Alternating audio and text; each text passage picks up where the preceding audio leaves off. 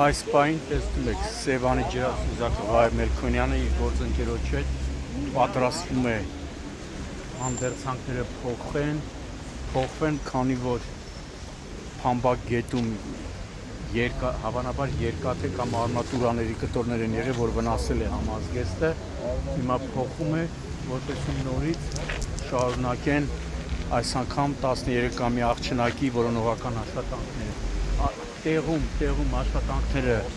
ղեկավարում է փրկարարծառայության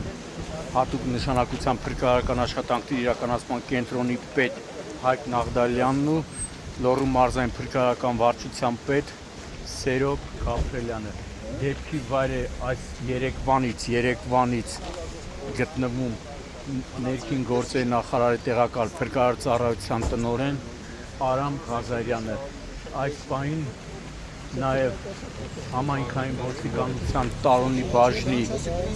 մեծ թվով համայնքային ոստիկաններ նույնպես շարունակում են որոնողական աշխատանքները, բայց գիտեք, հիմնական, որ ասում է, նագրուսկան դրված է ՀՆՓ-ի եւ ջրասուզակների վրա։ Վնասվել է, նայ պատրվել է սա, որտեղ տակը ինչ արմատուրա, ինչ զիբիլասես չկա գետի մեջ լցած, փնթի քաղաքացիների կողմից։ Կամավորներ էլ կան մեծ թվով։ Կամավոր եք, չէ՞, ժողովուրդ դուք։ Ոմայի Ալավերդու անձնակազմն էլ մասնակցում որոնողական աշխատանքին։ Այստեղ նաև կան փրկարարներ, ովքեր արձակուրդում են, ովքեր հանգստի են, բայց եկել միանում են իրենց գործընկերներին եւ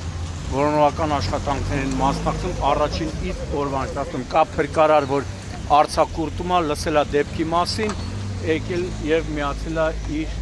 գործընկերներին։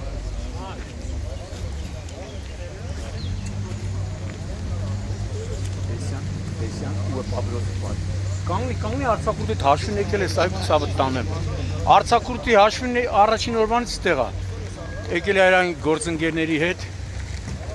մասնակցում է։ Դու ես արձակուրդի մեջ եղել, Ռոնալդոն կնախանդի է սպարտակին։